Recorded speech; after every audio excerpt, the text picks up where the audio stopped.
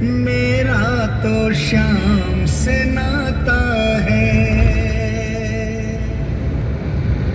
इस अनाथ ने अपने बच्चों को ऐसे संस्कार दिए हैं कि पूरा हरदोई मानता है हमारे परिवार जैसा और कोई नहीं। नमक हराम। जिस दिन तेरी बहुएं आएंगी उस दिन महादेव बजने देना, बजने कोई बात अलग बजने होगा और सन्स अलग। महादेव एंड सन्स 5 जनवरी से सोमवार से। आ गया मैं दुनियादारी सारी बाबा छोड़ के। दिल्ली का एक नौजवान लड़का 28-30 साल उम्र 25-30 हजार रुपए से व्यापार शुरू किया। सोचा मैं भी कामयाब हो जाऊंगा, मैं भी बड़ा सेठ बन जाऊंगा, बाबा के दरबार में मैं भी सज धज के जाया करूंगा। लेकिन एक इस यार पे भरोसा करके शुरू किया व्यापार, एक अपने दोस्तों पे भरोसा करके शुरू किया व्यापार। उन दोस्तों ने माल मंगाया उधार में, लेकिन किसी ने पेमेंट नहीं किया। उन्होंने भी धोखा दे दिया। उसको लगा इन दोस्तों ने भी धोखा दिया है। एक उस यार से पूछ के आता हूं कि मेरे इन यारों ने मुझे धोखा क्यों दिया है। आखिरी के जेब में 250 रुपए बच गए। दिल्ली रेलवे स्टेशन के बाहर खड़ा था। टैक्सी वाले को पूछा कितने पैसे लगेंगे मेरे घर जाने के।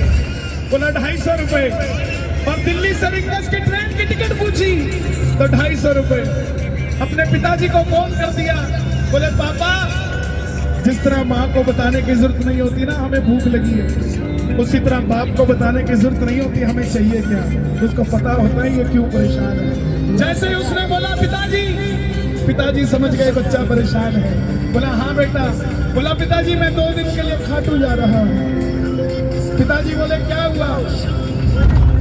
बोला पापा हारा हुआ महसूस कर रहा हूँ पर मैं हारा नहीं हूँ। हारा हुआ महसूस कर रहा हूँ पर मैं हारा नहीं हूँ। मेरा साथी खाटू वाला है, मैं बेसहारा नहीं हूँ।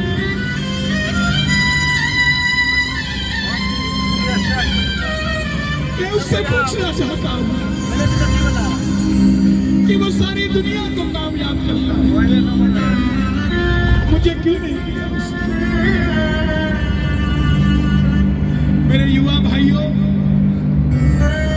अगर आप कामयाब हैं तो ये भजन उसके लिए गाना जो आपका भाई कामयाब नहीं है। कर भला तो हो भला। जरूरी नहीं है कि महलों में रहने वाला ही खुश है। बाहर जो गोलगप्पे बेच रहा है ना, उससे भी अमीर आदमी दुनिया में कोई नहीं है। क्योंकि उसके पास संतुष्टि है। पूरे रास्ते भूखा प्यासा रहा, किसी से पानी तक नहीं मांगा। रिंगस पहुंच गया। जो नहीं जानते उन्हें बता